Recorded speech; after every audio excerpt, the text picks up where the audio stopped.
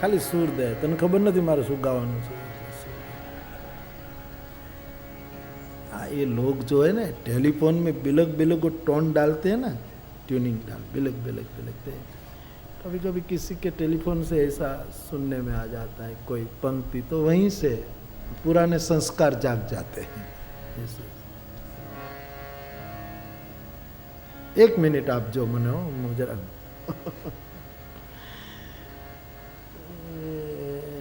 नहीं आवे हो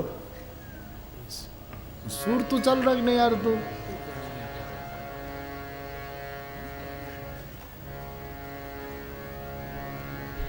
मेरी मोहब्बत जमा रहेगी, सदा रही है, सदा रहेगी. है ना ऐसा गीत? हाँ और ठीक.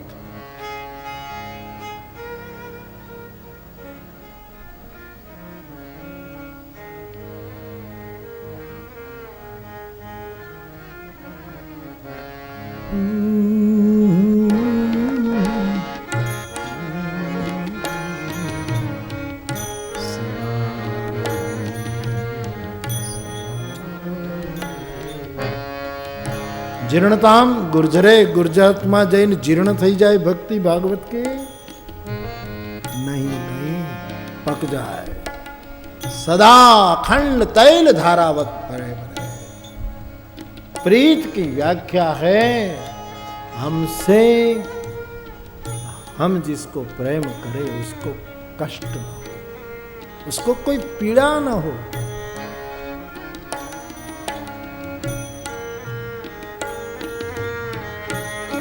बात तो प्रीत जो है, इसलिए मीरा ने कहा था एक बार, जो मैं ऐसा जानती कि प्रीत किए दुख हो,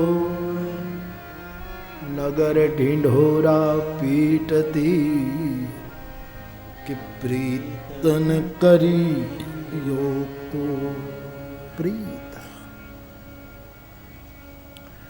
मोहब्बत कहाँ होती है, मजबूरियाँ होती है साहब, सब जगह मजबूरियाँ. अमेरिका में मैं एक परिवार में ठहरा था ना, तो जिस भाई के घर में उनकी बीबी, बहुत बड़ा मकान था, तो कहीं से कमरे से निकले और वो पुरुष उसको देख ले ना, तो कहे hi darling, hi darling, love you. अब बोल, मैं एक दिन ठहरा तो बस पूरा भवन भरा था, हाय डार्लिंग, हाय डार्लिंग. मैंने कहा ये पति पत्नी कितने प्रेमी हैं कि हर मोड़ पर सलाम करता है आदमी, लव यू लव. मैंने एक ऐसे मैं पूछूं तो नहीं, लेकिन हम बैठे थे तो मैंने कहा भाई आप पति पत्नी बहुत प्रेम में डूबे रहते हैं. मैंने 24 घंटों में देखा सोने के सिवा के समय में, तो जब भी हमारी बहन जी निकलती है तो आप कहते हैं डार्लिंग, लव यू आदि आदि. आदमी बोला नहीं एक मिनट. मैंने कहा मांजरा क्या, मामला क्या, खोल बोल क्या. अरे बापू सच बचाऊं, प्रेम ब्रेम कुछ नहीं है, मजबूरी है, बोलना पड़ता है. न बोलूं तो क्या करूं, न बोलो तो बोले तू मैंने लव नहीं करतो, तू मैंने लव नहीं करतो, नटिया तू मैंने लव नहीं करतो.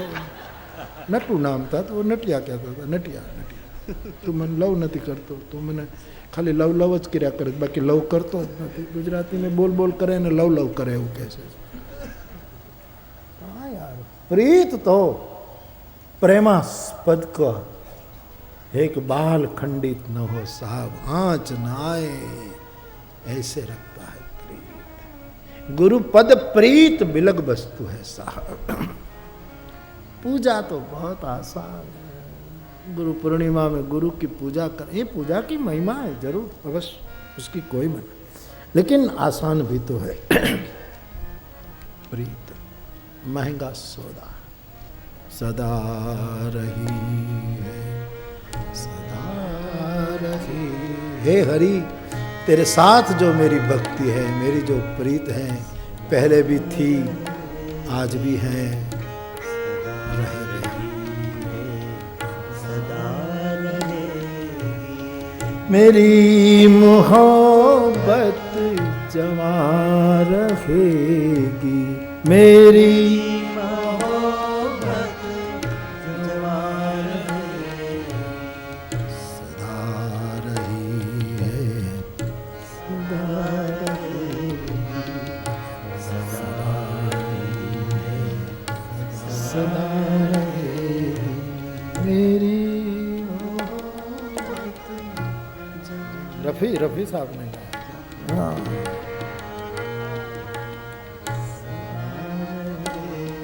अब हम मातृ शरीर को याद कर रहे, लता जी तक चले जाइए ना साहब। हाँ, किन किन का नाम लो यार, मातृ शरीर भारत रत्न है साहब। सदा रहे, सदा रहे,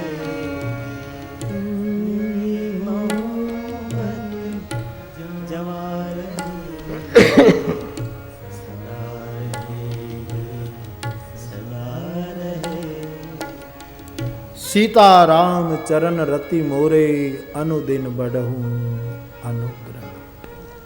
लेकिन प्रीत का पंथ तो बाप यही है, जो समझता है वही समझता है, बाकी तो बातें होती, बड़ी बड़ी बातें होती हैं। हाँ, 2 गाड़ी बेकरा मंगवाया और डांडिया रास लिया, और उसके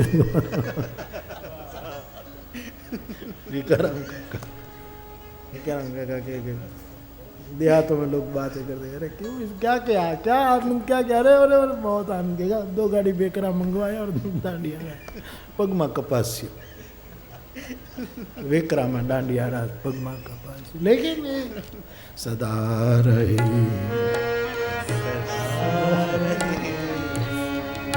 मेरी मोहब्बत जमा रहेगी, ऐसा है। पंडित जी सुनते हो? हाँ,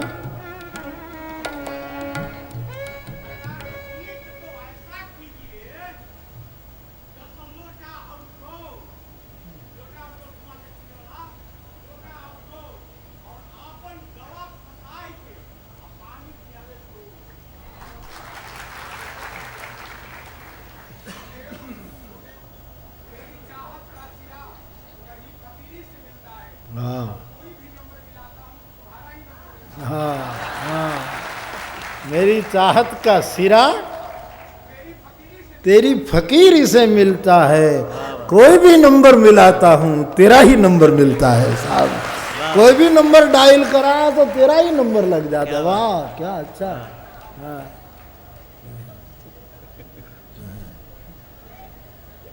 ये हमारे पंडित द्वई जो बिहार के आते हैं अक्सर कथा में, तो सदा रही है, सदा रही हरि, मेरी मोहब्बत जमा रहेगी, मेरी भक्ति मेरी प्रीत तैल धारावत छन छन नव। नारद जी ने कहा भक्ति सूत्र में, प्रतिक्षण वर्धमानम, जो पल पल बढ़े सो भक्ति सो प्रीत। पंक्ति तो मैं कहीं से उठाकर यूज कर लूं, सुन ली तो, लेकिन उसमें मत रहना, मेरा संदेश सुनना। मेरी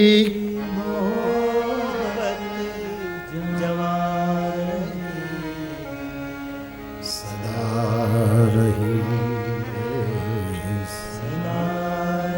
और प्रमाण भागवत देखिए, ज्ञान वैराग बूढ़े हैं, मां जुआन है ना भागवत जी में। लो, नारद जी आए, परम आश्चर्य हुआ कि ये क्या मामला है, संतान बूढ़े बेहोश और मां जुआन।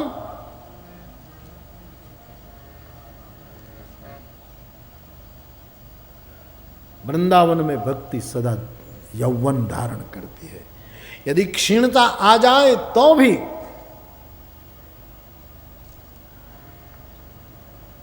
भक्ति के द्वारा बच्चे पुष्ट हो जाते हैं ज्ञान में। कई संदर्भों में इस कथानक को आचार्य ब्रह्मलीन स्वामी जी, अखानंद जी महाराज से लेकर के जो भागवत जी पर अधिकार पूर्वक बोल रहते थे।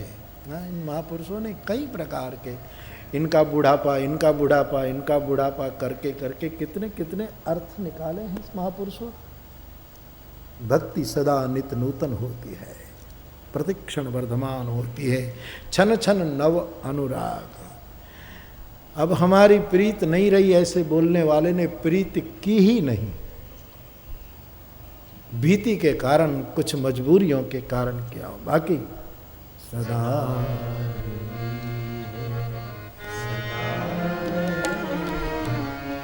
मेरी मोहब्बत जवां रहे, मेरी मोहब्बत जवां रहे, सदा रही है, सदा रहेगी, सदा रही है, सदा रहेगी। गुरुपद प्रीति नीति रत जय, द्विज सेवक अधिकारी। तो गुरु के चरण में प्रीत हो।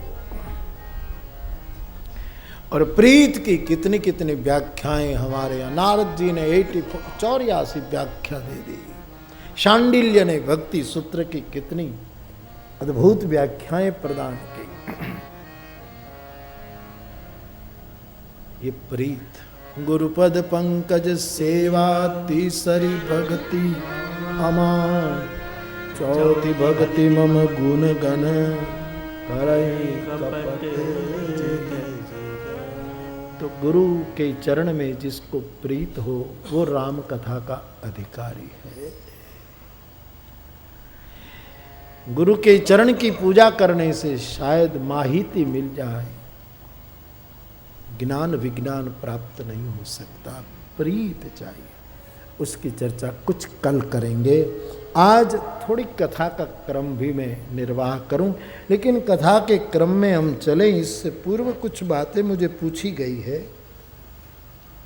एक तो ये माला वाली बात है गुजराती में, वो मैंने आपको कह दिया।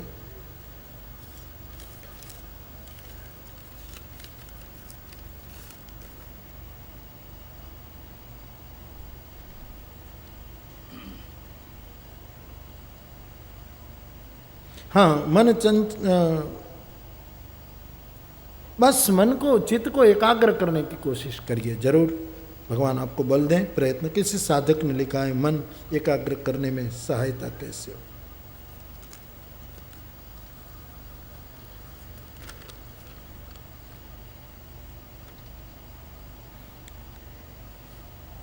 कभी खुशी से खुशी की तरफ नहीं देखा। मुनव्वर राणा के शेर है कुछ।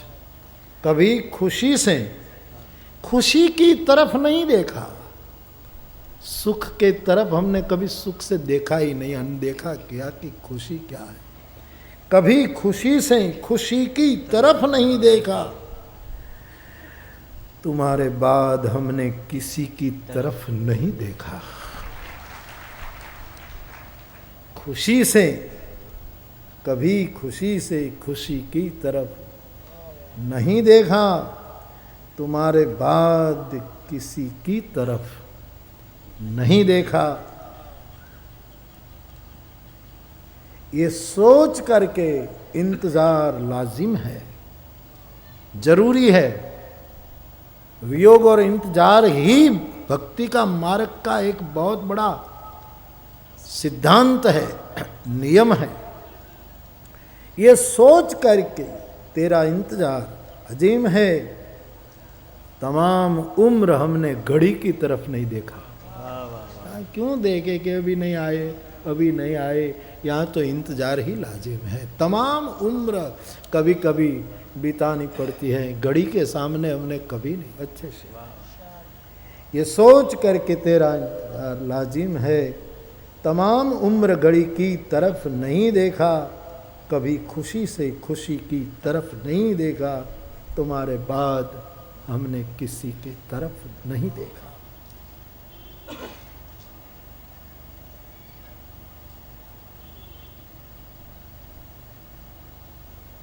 यहाँ तो जो भी हैं आबे रमा का आशिक है।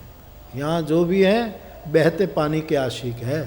हाँ, रीत करने वाले बहते पानी के आशिक हैं। ऐसा सबकी यही रीत होती है। यहाँ तो जो भी हैं आबे रमा का आशिक है, किसी ने खुश्क नदी की तरफ नहीं देखा। सूखी नदियों के सामने किसने देखा है? यहाँ तो माला माल के सामने सब देखते हैं, बाकी जो रंग फकीर है उसके सामने कौन देखता?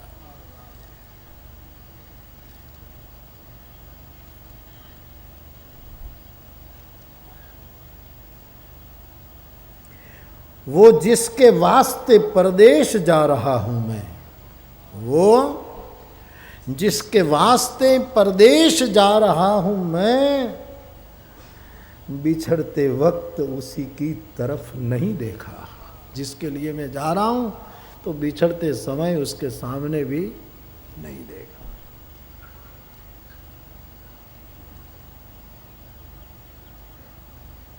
न रोक ले हमें रोता हुआ कोई चेहरा, इसलिए चले तो मुड़ के हमने गली की तरफ नहीं देखा, क्योंकि कहीं रोता हुआ चेहरा हमें रोक। बिछड़ते वक्त बहुत मुतमईन थे हम दोनों, किसी ने मुड़ के किसी की तरफ नहीं देखा। कभी खुशी से खुशी की तरफ नहीं देखा, तुम्हारे बाद हमने किसी की तरफ नहीं देखा। ये दिला ने मुझे लिख कर दिया। अब स्वामी जी महाराज आपके प्रश्न है कुछ, मुझे जमुनादास जी ने दिए कि आपके हैं? आपने लिखवाए हैं? मुझे पता नहीं। जमुनादास जी ने कहा। जमुनादास जी कहाँ है? अमेरिका गया?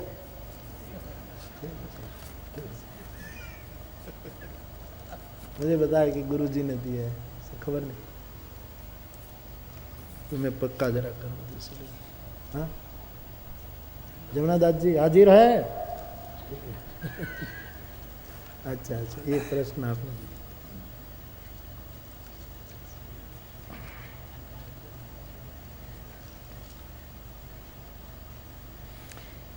प्रश्न पूछा है, यानी जिज्ञासा, केवल प्रश्न तो संत क्या करे, केवल ऐसे ही पूछा है कि बस इस बहाने कुछ न कुछ बोला जाए, इसलिए बाकी साधु को तो क्या बोल। बापू, आज का मानव धर्म तो बहुत करता है, परंतु सुखी क्यों नहीं है?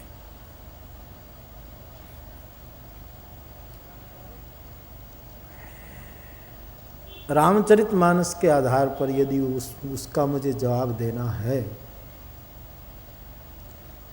तो धर्म का फल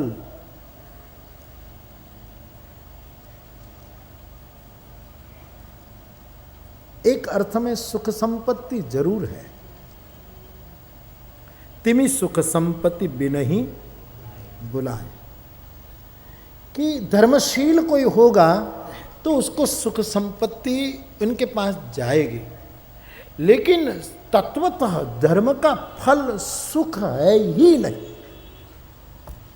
सुविधा है। सुविधा और सुख में अंतर है।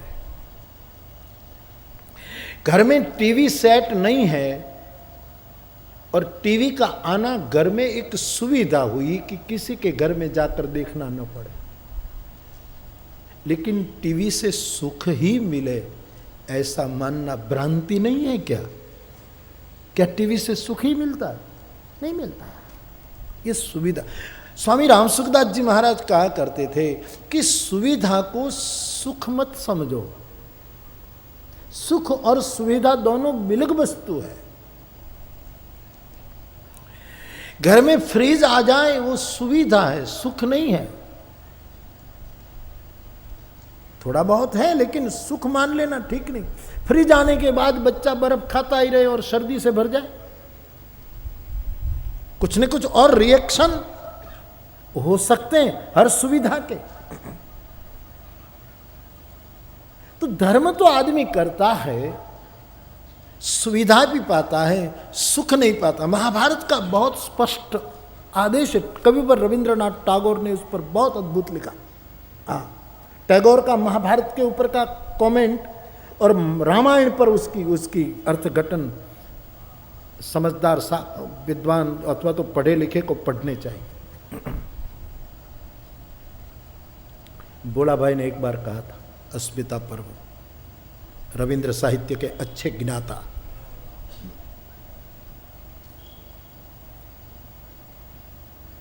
गांधारी को पूछा, कुंता जी को पूछा कि धर्म का निर्वाह करने से फल क्या मिलेगा, तब कहा कि धर्म का फल मिलेगा दुख।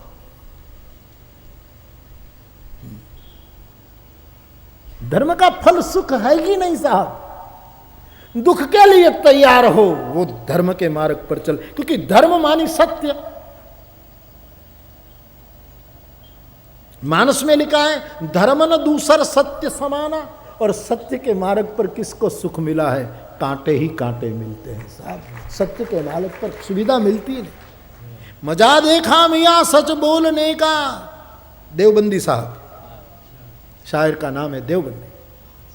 मजा देखा मियां सच बोलने का, सच बोलना था, देखा क्या मिला, क्या सुख मिला। शायर कहता मजा देखा मियां सच बोलने का, जिधर तू है उधर कोई नहीं है, सब संग छोड़कर चले गए, तुम्हें अकेले कोई भोगना पड़ा। ये सच बोलने का मजा है। हरिश्चंद्र को अपने आप को बेचना पड़ा, गांधी को गोली झेलनी पड़ी, जीसस को चढ़ना पड़ा, शर्मद को शूली मिली, सुकरात को सत्य के कारण यूनानियों ने जहर पिला दिया। सुविधा जरूर देगा, सुविधा तो ऐसे, आप धार्मिक लोग, आप धार्मिक रूप में होंगे ना, तो कहीं भी जाओगे आपको सम्मान हो जाएगा। आओ आओ आओ, बैठो बैठो, चाय लोगे, कॉफी लोगे, बैठो बैठो, आपको धर्म सुविधा देता है, सुख नहीं। सच्चे धार्मिक व्यक्ति को तो दुख ही दुख मिलते। ये मार्ग कंट का किरण है। तो धर्म की एक परिभाषा है सत्य, धर्म की दूसरी परिभाषा मेरी धर्म मानी प्रेम। प्रेम में कठिनाई ही कठिनाई होती है साहब। शोली ऊपर सहज पिया की, किस विध मिलन होई, हेरी मैं तो प्रेम दीवानी, मेरो दर्द न जाने कोई। प्रेम का मार्ग, सुख का मार्ग थोड़ा है, आहे भरना, तड़पना, जार जार रोना ही प्रेम का धर्म है। आपने बाबा जी, आपने ही शायद ये सब, जमुनादत्त जी ने कहा कि बाबा ने पूछा, इसलिए मैं बोल रहा हूं। प्रश्न है कि वृंदावन से मथुरा गए भगवान, जब मथुरा में थे तो गोपियां उनसे वहां मिलने नहीं आई, जबकि दूरी सिर्फ 10 किलोमीटर की थी और गोपियां वृंदावन में साथ रहती थी, उनके बगैर एक सेकंड भी नहीं जी सकती थी। साथ में रहती थी, एक सेकंड जी नहीं पाती थी। और कृष्ण मथुरा चले गए 10 किलोमीटर की दूरी, और वो कहीं गई भी नहीं और जीवित भी रही। यही तो प्रेम की महिमा है। प्रेम धर्म में संयोग और वियोग दोनों की पसंदगी करनी होती है, तब प्रेमी लोग संयोग को छोड़कर वियोग को ही प्रधानता देते हैं। वियोग में ही प्रेम पुष्ट होता है। न गई वो,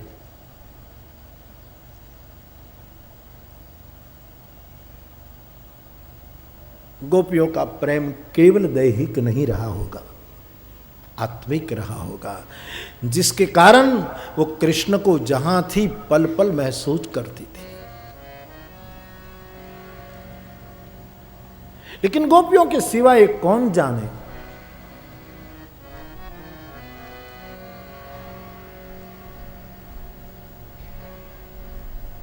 जानन हारे, जानन हारे ही जाने हैं, नवल की कल की पंक्ति। जाने हैं बस वही पहचाने हैं, जानन हारे ही जाने हैं। मेरे कहने का मतलब, आचार्यों ने बहुत से कारण बताए गोपियों का नहीं जाना। एक तो जिद समझो, प्रेम में ये सब होता है साहब।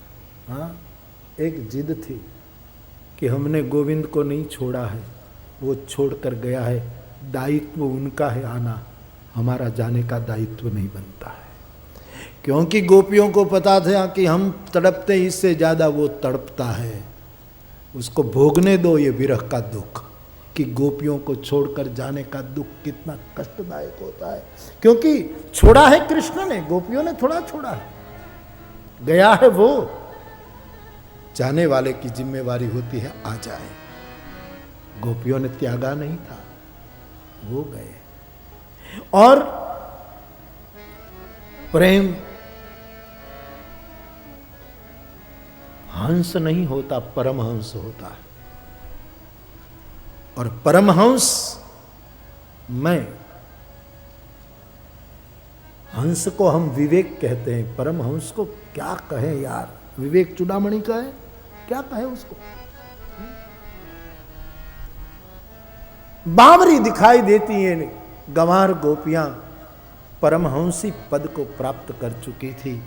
उसको पता है कि यहां हो वहां हो क्या फर्क पड़ता, न कहीं से दूर है मंजिले, न कोई करीब की बात है। जिसे चाहा दर पे बुला लिया, जिसे चाहा अपना बना लिया।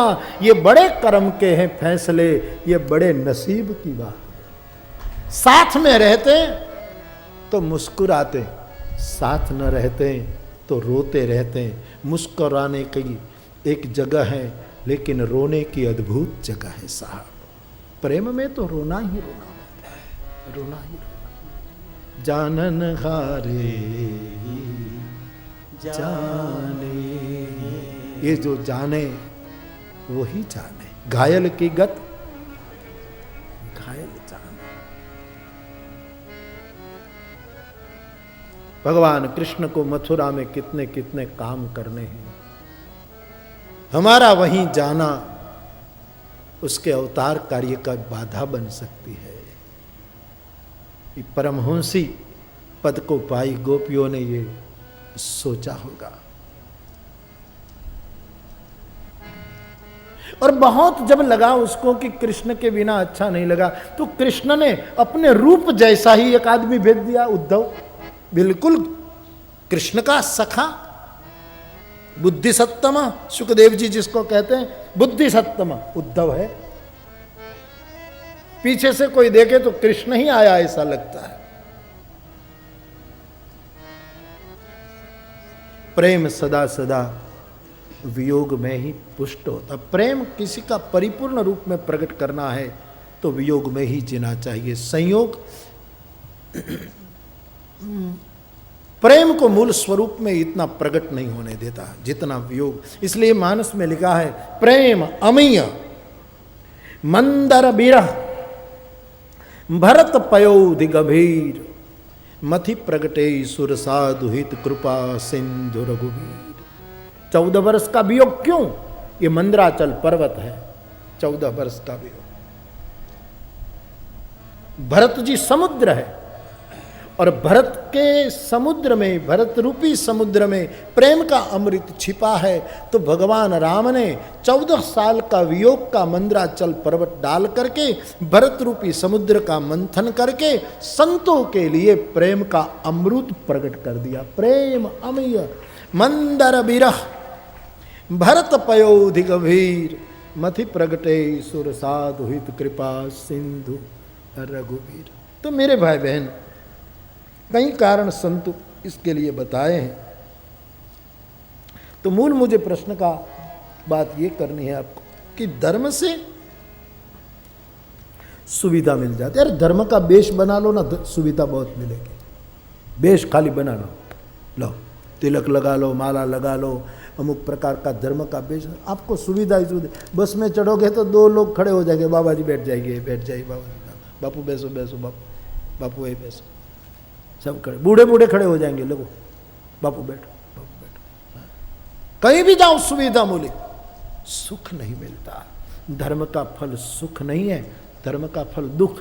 लेकिन ये दुख ऐसा दुख है कि जिस पर कोटि कोटि सुख कुर्बान हो जाए, जिसकी तुलना में कभी नहीं आती। इसलिए मानस के सूत्र से मैं जवाब देने की कोशिश करूंगा कि धर्म का फल सुख नहीं है। धर्म ते बीरति जोगते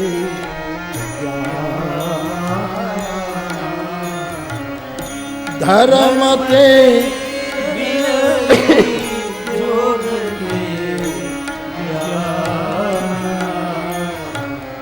ज्ञान मोक्ष प्रद वेद बखान,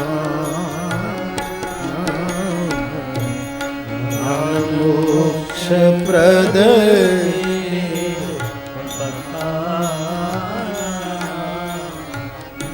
धर्म का फल है वैराग्य। बस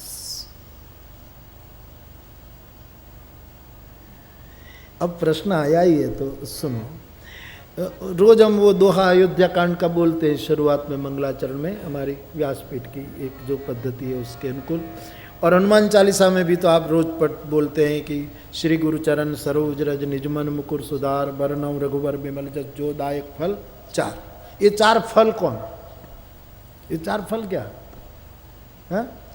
सीताफल, जामफल, श्रीफल कि पुंगी फल? क्या है ये चार फल? अब ये भी तो अर्थ होता है, हम सब करते हैं कि ये चार फल माने धर्म अर्थ काम मोक्ष, लेकिन वो तो पुरुषार्थ है। धर्म अर्थ काम मोक्ष तो पुरुष क्रियन सहित फल चारी। क्या अर्थ? तुलसीदास जी अद्भुत है साहब, मार डालते हैं तुलसी। बुद्धिमानों की बुद्धि ने तो लाठी ले लेकर खोपड़ी चूर चूर कर दी है साहब। वही मानस को पा सकता है जिसमें श्रद्धा है, गुरुपद प्रीति है, संत का संग है और इष्ट प्रीति है। बाकी तो पता नहीं लगता साहब। तो ये धर्म अर्थ काम और मोक्ष फल है कि पुरुषार्थ? हाँ, कोई कर्मनिष्ठ है, कहे कि पुरुषार्थ ही फल है, बस कर्म ही करना है, मां फलेषु कदाचन, उसके अलावा कोई फल नहीं है, हमारा कर्म ही फल, बस तो ठीक है कि पुरुषार्थ को ही फल मानो कि पुरुषार्थ करने का मौका मिला। चतुष्पुरुषार्थ कहते हैं, चार ही पदार्थ, उसको पदार्थ कहते हैं, पुरुषार्थ कहते हैं, फल कहते हैं। अब देखिए बुद्धि विभ्रम हो जाएगी इसमें। तो प्रयाग की संपदा का वर्णन करते हुए गोस्वामी जी कहते हैं चार ही पदार्थ भरा भंडार, धर्म अर्थ काम मोक्ष का भंडार भरा। इसलिए तो भरत जी मांगते हैं, मांगो भीख त्यागी निज धर्म, तेरे पास तो चार प्रकार के भंडार है, लेकिन इनमें से अर्थ न धर्म न काम रुचि गति न चाहूं, कुछ नहीं चाहिए वगैरह वगैरह। तो पहले दोस्तों प्यारों मेरे भाई बहन, निर्णय करो कि ये चार वस्तु पुरुषार्थ है कि फल है क्या मामला? अब लिखते हैं फल, जोदायक फल चारे, पुरुषार्थ को ही फल मानो और कोई फल नहीं, मां फलेषु ऐसा सोचकर तो ही फल हो गया कि यही फल है। हाँ?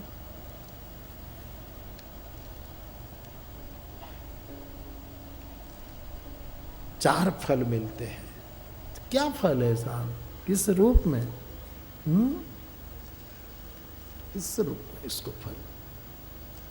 सुनो, अर्थ, अर्थ का फल है सुख सुविधा। जिसके पास पैसा है वो थोड़ी सुविधा जुटा लेगा, सीधी सी बात है। अर्थ का फल है, यदि उसको पुरुषार्थ गिनो, अर्थ धर्म काम मोक्ष पुरुषार्थ गनो तो उनका फल है, अर्थ का फल है सुख। पैसे टैक्सी कर ली गए, पैसे कुछ भी कर लिया, अर्थ का फल है सुख, लेकिन धर्म का फल है त्याग। धर्म ते बिरती, धर्म से वैराग आएगा। धर्म यदि कंथा न पहना दे तो धर्म कौन काम का साहब? संग्रह का नाम धर्म नहीं है, अपरिग्रह का नाम धर्म है। आदमी को त्यागी बना दे सो धर्म, अपरिग्रही बना दे। धर्म ते बिरती, बैराग आए। चीज वस्तु हो न हो इसकी फिक्र नहीं, भीतरी एक बैराग। मिथिला दह्यमाना नाम नमे दह्यंति कश्चन, जो जनक की चर्चा हमने पहले दिन या दूसरे दिन की थी कि मिथिला जले, पूरी मिथिला के मिथिला में रहने वाले सब वैरागी थे। मिथिला में रहते हुए गोस्वामी जी कहते हैं पूर्ण नर नारी सुभग सुचि संता धर्मशील ज्ञानी गुणवंता। धर्म का फल है वैराग्य।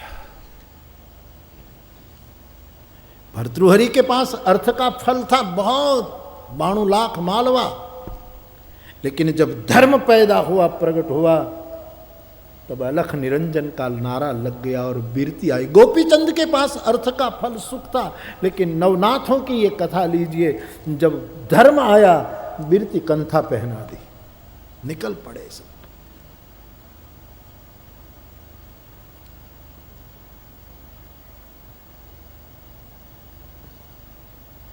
तो मेरे भाई बहन जो पूछा है धर्म का फल क्या है, तो इसी के अर्थ में, मानस के अर्थ में, मानस का जो जवाब है वैराग। सुख सुविधा तो मिलेगी ही, धर्म ये छोटी छोटी वस्तु तो धर्म दे ही देगा, सीधी सी बात है।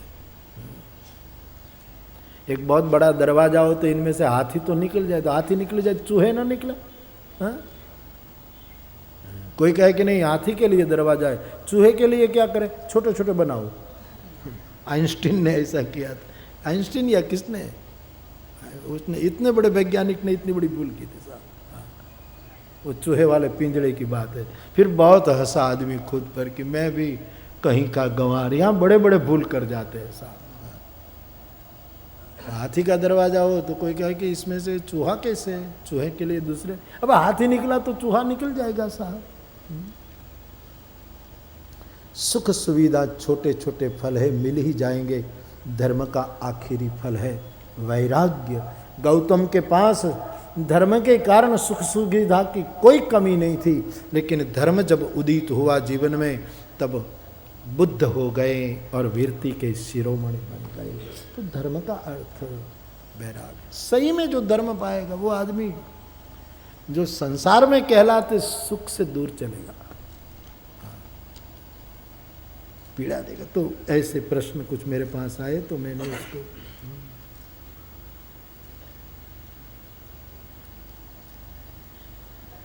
ब्रह्म राम ते नाम बड़ बरदायक बरदानी, रामचरित सत कोटि महा लिय महेश जिय जान।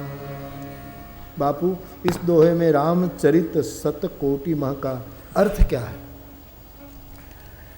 अर्थ तो बहुत है, लेकिन रामायण सत कोटि अपारा। रामायण के लिए एक प्रसिद्ध उक्ति है कि 100 सत करोड़ रामायण भागी, सत कोटि रामायण है। और वो शंकर भगवान की कथा लगी हुई है उसके साथ। आप जानते हैं कि भगवान राम ने, शिव जी ने सतकोटि रामायण की रचना की। फिर देवता, धनुज और मनुष्य तीनों को पता लगा तो शिव जी के पास कैलाश पहुंच गए ये लोग। बाबा की स्तुति की तीनों वर्गों ने। बोले बाबा ने कहा बोलो भाई क्या बात है? बोले महाराज हमने सुना है कि आपने 100 करोड़ सतकोटि रामचरित की रचना की है, आप तो स्वयं ब्रह्म हैं, आपको इसकी क्या जरूरत है? हमें दे दो। देवताओं को लगा कि हम भोगी हैं, हमको दो, इससे फायदा होगा। राक्षसों को लगा हम बहुत तामसी हैं, हमको दो। मनुष्यों ने कहा हम भी तो धरती पर रजोगुणी हैं, जरा हमको दे दो। तो फिर कथा है कि शतकोटि रामायण से 33 कोटि ये तीनों को बांट दिए। 33 कोटि देवताओं को, असुरों को, 99 कोटि बंटवारा होगा, 1 कोटि रहा। फिर कहा कि 1 कोटि श्लोक आप क्या करोगे, हमको दो। तो फिर 33 लाख बांट दिए, फिर 1 लाख बचा। फिर मनुष्यों ने कहा बाबा आप क्यों कृपण होते जा रहे, उदारता से दे दो ने, 1 लाख बचे हैं वो भी दे दो। तो फिर 33 हजार दे दिए। फिर 1000 बचा, फिर मांग की अभी दे दो, तो 300 दे दिए। फिर 900 गए तो 100 बचे। फिर कहा कि 100 बहुत है, आपको तो कोई ज़रूरत ही नहीं, 100 भी दे दो। तो 33 बांट दिए, एक एक श्लोक रहा। तीनों ने मिलकर कहा एक श्लोक भी हमको दे दो। शंकर भगवान ने कहा भाई एक श्लोक को कैसे काटे? बोले नहीं, ब्रह्मा ने कहा अनुष्टुप छंद है ये, 32 अक्षर है, 10-10 बांट दो। तो अनुष्टुप जाव्रत था वो, तो 10-10 अक्षर दे दिए 32 अक्षर वाले छंद से। तो फिर 2 अक्षर रहे। फिर तीनों ने कहा ये 2 दे दो। शंकर भगवान ने लाठी उठाई, भागो यहाँ से, त्रिशूल उठाए, जाओ यहाँ से, आए भिख मंगे, भांग में भी कुछ पूछो, उठाया त्रिशूल, तीनों भागे। तब पार्वती ने पूछा कि भगवान 33 कोटि 33 लाख 33,000 333 और 10 अक्षर आपने दे दिए, और 2 अक्षर बाकी रहे, अब देना है तो सब कुछ दे देना चाहिए। 2 में आप त्रिशूल लेकर खड़े हो गए, गुस्से कर दिए और सब भागे। तो बताइए वो 2 क्या है? बोले वो है ब्रह्म राम ते नाम बड़। ब्रह्म राम से जो 2 अक्षर वाला नाम श्रेष्ठ है, ब्रह्म राम ते नाम बड़ बरदायक बरदानी, श्रेष्ठ प्रदान करने वाला, श्रेष्ठ दाता। ये 2 अक्षर है, रामायण सतकोटि मह लिय महेश जिय जानी। और वही 2 अक्षर महामंत्र जो जपत महेशु, काशी मुक्ति हेतु उपदेशु, तुम पुनि राम राम दिन राति सादर जपहु अनंग राधि। तो ब्रह्म राम ते, ब्रह्म राम से उनका नाम बड़ा है, नाम रूप से बड़ा है ही। मैं उल्लासनगर में आऊं और मुझे किसी ने बताया हो गुजरात से कि भाई उल्लासनगर में एक भाई साहब ऐसे रहते हैं, दाढ़ी ऐसी रखते हैं, बाल ऐसे रखते हैं, सफ़ेद हैं तो भी काले करते हैं, दाढ़ी ऐसी रखते हैं, पैंट ऐसा पहनते हैं, टी शर्ट ऐसा पहनते हैं, चप्पल ऐसी रखते हैं, उसकी चाल ऐसी ऐसी कुछ है, और दाएं हाथ में घड़ी पहनते हैं और एक पेन जेब में रखते हैं। पूरा का पूरा उसका रूप का नक्शा दे दें और नाम न दें तो ऐसी व्यक्ति को उल्लासनगर से खोजना जरा मुश्किल हो जाएगा।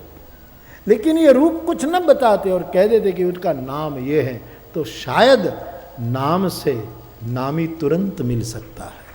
रूप से खोजना बड़ा। ब्रह्म का रूप निराकार है कि साकार है कि सगुण है कि निर्गुण है कि झंझट में मत पड़ना, ये महात्माओं का और पंडितों का काम है, उसको दूसरा कोई काम नहीं है। तो वो ये मथापच्ची से करे यार साहब, वो शास्त्र संशोधन करे। हम जैसे लोगों को उसमें मत जाना, निर्गुण सगुण क्या, व्यापक है तो व्यक्ति क्यों, फला। ये तो दयानंद सरस्वती महाराज तो क्या महापुरुष है, लेकिन उसने तो कोई और संदर्भ में कहा होगा। लेकिन शिवलिंग पर चूहा चढ़ गया तो बस बोल दिया कि बस ये शंकर कैसा जिसके सिर पर चूहा चढ़ गया, जो चूहे को न हटा पाए वो शंकर कैसा, तो मूर्ति पूजा का वो कर दिया। ईश्वर व्यापक है तो शिवलिंग में ईश्वर क्यों नहीं है? मैं तो कहता हूँ वो शिवलिंग पर चूहा ही क्यों दिखाई दिया, उस पर गणेश क्यों नहीं दिखाई दिया कि बाप के ऊपर गणेश बैठा है चूहा लेकर, ऐसा देखना चाहिए था। हरि व्यापक सर्वत्र समाना। तो लेकिन ये निर्गुण सगुण साकार निराकार, उसमें दुनिया डूबी है। तुलसी कहते हैं मोरे मत बड़ नाम दोहूं ते, निर्गुण और सगुण दोनों से ऊपर ठाकुर का नाम है साहब। सतनाम साक्षी सबसे ऊंची वस्तु है, प्रभु का नाम वही साक्षी है, वही चतुर्दुभाषी है। ये सगुण और निर्गुण का दुभाष्य है, भाष्य है हरि नाम। इससे सिद्ध होता है कि सगुण क्या निर्गुण क्या। तो शंकर भगवान ने ये 2 अक्षर ले लिए है, वो है ब्रह्म राम ते नाम बड़। विश्वामित्र जी कहते हैं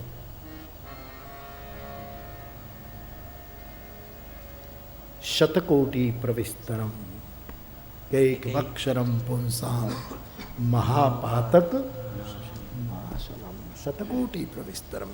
तो कहने का मेरा मतलब यहाँ जो बात आई सो, तो ऐसे प्रभु के नाम की बड़ी उदात महिमा है। ऐसे भगवान राम के जन्म की कथा कल कही गई। फिर छोटे बड़े प्रसंग की सुंदर गायन किया शिव जी ने। चारों भाइयों का नामकरण संस्कार का प्रसंग आया। कई माँ ने पुत्र को जन्म दिया, सुमित्रा ने पुत्रों को सब विधि विधान हुआ। ज्ञानी गुरुदेव वशिष्ठ जी को बुलाया गया। प्रार्थना की दशरथ जी ने, बाबा आपने हृदय से जिस तरह गुण रखा हो हमारे पुत्रों का नामकरण कीजिए। धैर्य नाम जो गुणी राखा। अब वशिष्ठ जी नामकरण करते हैं। कौशल्या के अंक में सांवरा राजकुमार खेल रहा है। सिर पर हाथ रख करके बाबा बोले,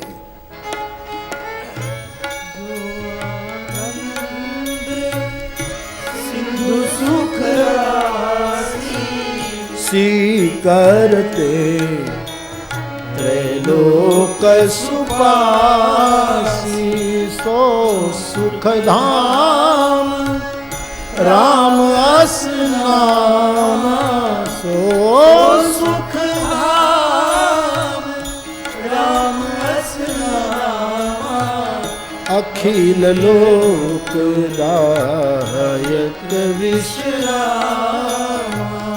अखिल लोक दायक विश्राम। जिसका नाम लेने से समग्र विश्व को विश्राम मिलेगा, आराम मिलेगा, विराम मिलेगा। इस बालक का नाम जो आनंद सिंधु है, सुख की खान है, इस बालक का नाम मैं राम रखता हूं। और पूरी सभा ने जय घोष कर दिया। बोलिए रामचंद्र भगवान की जय। विश्व भरन पोषण कर जोई। विश्व भरन पोषण कर जोई। का करे भरत अस होई। का करे भरत अस होई। जाके सुमिरन तेरी पुनासा। जाके सुमिरन तेरी पुनासा। नाम शत्रुघ्न वेद प्रकाश। नाम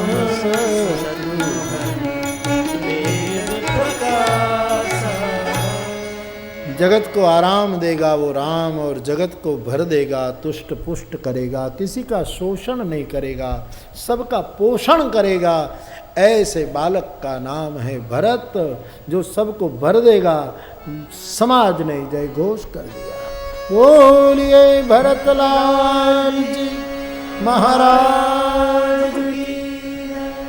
सुमित्रा के दो पुत्र, इनमें शत्रुघ्न का नामकरण करते हुए बाबा बोले, जिसका नाम लेने से, नाम को स्मरण से दुश्मन का नाश नहीं होगा, दुश्मनी का नाश होगा। वैरी का नहीं, वैर मिटेगा। संघर्ष का अंत आएगा। शत्रु नहीं, शत्रुता समाप्त होगी। निर्वैर मनस्थिति पैदा होगी इस बालक के नाम के प्रभाव से। इसलिए मैं इस बालक का नाम रखता हूं शत्रुघ्न। सब लोगों ने जय घोष किया। बोलिए शत्रुघ्न लाल जी महाराज की जय। लक्षण धाम सुराम प्रिय सकल जगत आधार। गुरु वशिष्ठ तेरा लक्ष्मण नाम। समस्त लक्षणों के जो धाम है, दैवी संपदा से जो भरे हुए, राम के सिवा जिसके जीवन में और कोई लक्ष्य नहीं है, ऐसे लक्ष्मण राम के प्रिय हैं, सकल जगत के जो आधार हैं। भगवान वशिष्ठ जी कहते हैं, मैं इस बालक का नाम लक्ष्मण रख रहा हूं। सभा ने जय घोष किया। बोलिए लखनलाल जी महाराज की। धरे वो नाम गुरु हृदय विचारी, वेद तत्व नृप तव सुत चारि। धरे वो नाम गुरु हृदय विचारी, वेद तत्व तव वेद तत्व नृप तव सुत चारि। वेद तत्व नृप तव चारों भाइयों का नामकरण करके वशिष्ठ जी ने कहा, ये चारों राजकुमार वेद के तत्व है, वेद का निचोड़ है। ये चारों भाइयों के नामकरण पर व्यासपीठ ने सदैव विचार रखे हैं। ये चारों नाम के पीछे एक हेतु है, राम महामंत्र किस तरह जपो उसकी एक विधा है। राम महामंत्र है, लेकिन जपने वालों को चाहिए किसी का शोषण न करे, भरत की तरह सबका पोषण करते करते प्रभु का नाम ले। कभी कभी क्या होता है कि मंत्र जापक, नाम जापक समाज का शोषण करता है। नहीं, भजन के नाम पर समाज का शोषण नहीं होना चाहिए, भरत बनकर समाज का पोषण होना चाहिए। धर्म शोषण करे तो ठीक नहीं, पोषण करे। इसलिए भरत नाम। फिर हरि का नाम लेने वाले को चाहिए किसी का शोषण न करे, पोषण करे और किसी से दुश्मनी न रखे। करूं तो दुश्मनी किससे, गर दुश्मन भी मिल जाए, क्योंकि मोहब्बत ने नहीं रखी जगह दिल में अदावत की।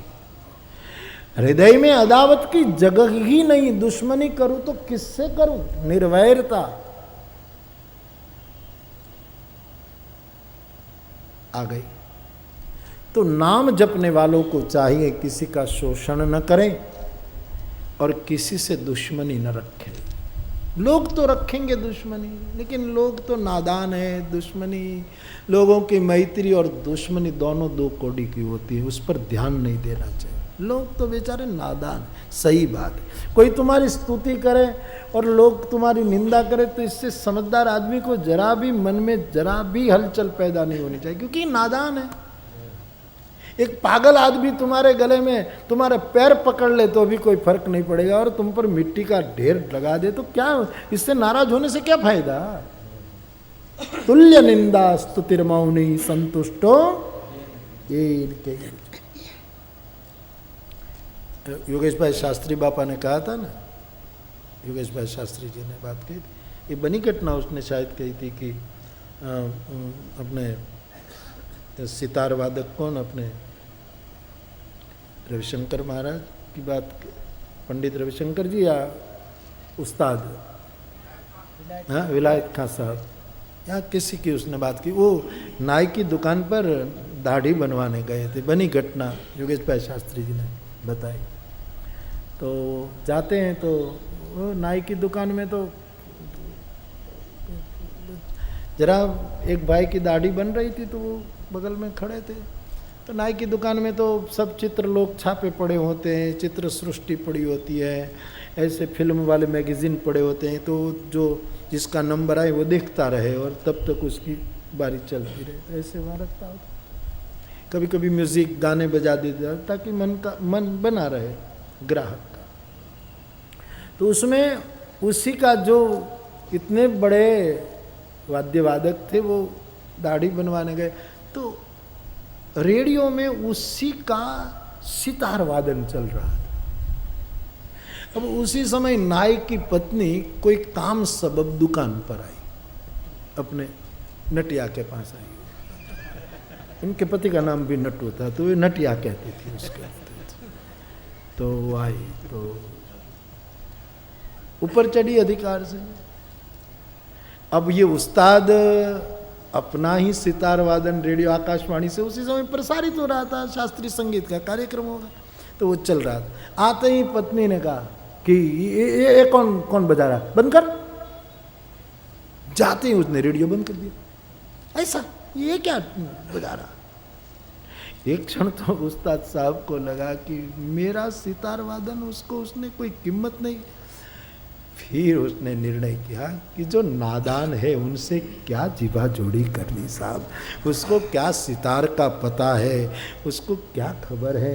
तुल्य निंदा स्तुतिर नादान पर। निवेदन क्या करना साहब उसके बातों पर, कोई कुछ बोले कोई। तो हरि नाम जपने वालों को चाहिए किसी से दुश्मनी न रखे। दुनिया तो रखेगी दुश्मनी, दुनिया तो नादान है साहब, उसको क्या पता। अपने दिल में किसी के प्रति वैर न हो हरि नाम जपने वालों को। और चौथा, सकल जगत आधार, पूरी दुनिया के आधार तो हम नहीं बन पाते, लेकिन भजन करने वालों को चाहिए जितने को सहायक बन सके सेवा के रूप में इतनों की सेवा करें। यह है हरि नाम जपने की विधा। धरे वो नाम गुरु हृदय विचारी, धरे वो नाम गुरु हृदय विचारी, वेद तत्व तब सुत चारी, वेद तत्व तब सुत चारी। राजन तुम्हारे चारों पुत्र वेद के तत्व है। विधि हरिहरमय ये वेद प्राण सो, अगुण अनुपम गुण वेदों के तत्व है चार। सुंदर नाम रखे। लेकिन वशिष्ठ जी ने ज्योतिष या कुछ राशि बाशी देख करके नाम रखे। बड़े वशिष्ठ जी तो विधि लेख को बदलने वाले महापुरुष, लेकिन यहाँ लिखा है धरेव नाम गुरु हृदय विचार। साधु के अंतःकरण की प्रवृत्ति प्रमाण मानी जाती है। सताम ही संदेह प्रदेश वस्तु प्रमाणम अंतःकरण प्रवृत्ति, हृदय विचारी। हृदय से किसी सदगुरु के पास अपने बच्चों का नाम रखवाने जाओ तो उनकी हृदय की प्रवृत्ति के अनुकूल जो नाम दे दे वो ही वेद मंत्र जैसा नाम है। लेकिन लोग क्या जाते गुरुओं के पास नाम दिलवाने के लिए तो जाते हैं, लेकिन खुद निर्णय करके आते हैं, मुहर उनसे लगवाते हैं। मेरे पास कई लोग आते थे। अब तो मैं ऐसा ही कहता हूँ कि आपने जो सोचा हो 2-3 नाम बताओ आपके लालन के। लालन रूमाल में देखा तुम तो आपको 2-3 नाम बताओ तो फिर तो बोले नहीं बापू आप ही नाम बताओ। मैंने हम कहीं नहीं आप बताओ ना, घर में उसको क्या बोले तो हम तो नटू कहते हैं। तो हम नटू तो बहुत सरस नाम यार, नटू जैसा। तो नटू तो नटवर है, नटवर। हृदय की प्रवृत्ति के अनुकूल किसी सदगुरु के मुख से नाम निकल जाए ना आपके बच्चे का, तो समझना उसने तुम्हारे बच्चे का नाम नहीं दिया, तुम्हारे परिवार को पारिवारिक मंत्र प्रदान कर दिया है। उसकी विधा समझो यार, साधु के संकेत समझने चाहिए। लोग तो क्या नाम लिखवा कर चले जाए। कभी कभी कोई साधु आपको तुरंत नाम न देना कि दूसरी बार आना, फिर तो समझना कि इसके पीछे कुछ रहस्य है। जिद मत करना कि जल्दी। उसका नाम हृदय विचारी मंत्र देता है, पारिवारिक मंत्र बन जाएगा ये यदि उनका नाम लेना। घर में एक उल्लास का वातावरण। धरे वो नाम गुरु हृदय विचारी, वेद तत्व नृप तव सुत चाई। और संतान तो उसी को कहते हैं जो ऐसे संतान हो। बाकी यूपी में तो कोई कहता था ना कि एक भाई ने एक भाई को पूछा कि आपके बेटे कितने, तो बोले 4। कहाँ हैं? बोले 2 सेंट्रल जेल में, 2 फरार। न हो सब बराबर। वेद तत्व नृप तव सुत चारी। और राम नाम दशरथ जी के सामने वशिष्ठ जी ने जब घोषित किया तब ही नाम नहीं आया। अभी हमारे 4 जगत गुरुओं में से एक जगत गुरु का निवेदन कुछ दिन पहले अखबार में शास्त्र साधार आया है। उसने कहा कि दशरथ के कुल में राम प्रकट हुए इससे पहले भी उसकी कुल परंपरा में राम मंत्र का जप होता था। राम अनादि है, आदि है। ये कोई दशरथ के पुत्र के रूप में आए तभी ही प्रस्थापित नहीं हुआ। कबीर साहब ने ठीक कह दिया। लोग कबीर साहब के दोहे को उलट बिलग रूप में लेते हैं कि कबीर साहब ने दशरथ पुत्र राम के नाम का वो कर दिया। नहीं नहीं, कबीर जानते हैं कि उनके पहले भी कोई राम है। हाँ, बुद्ध जो 2500 साल पहले जो हम बुद्ध को जानते, एक ही बुद्ध नहीं है, उनके पहले भी कई बुद्ध हुए। ऐसा जातक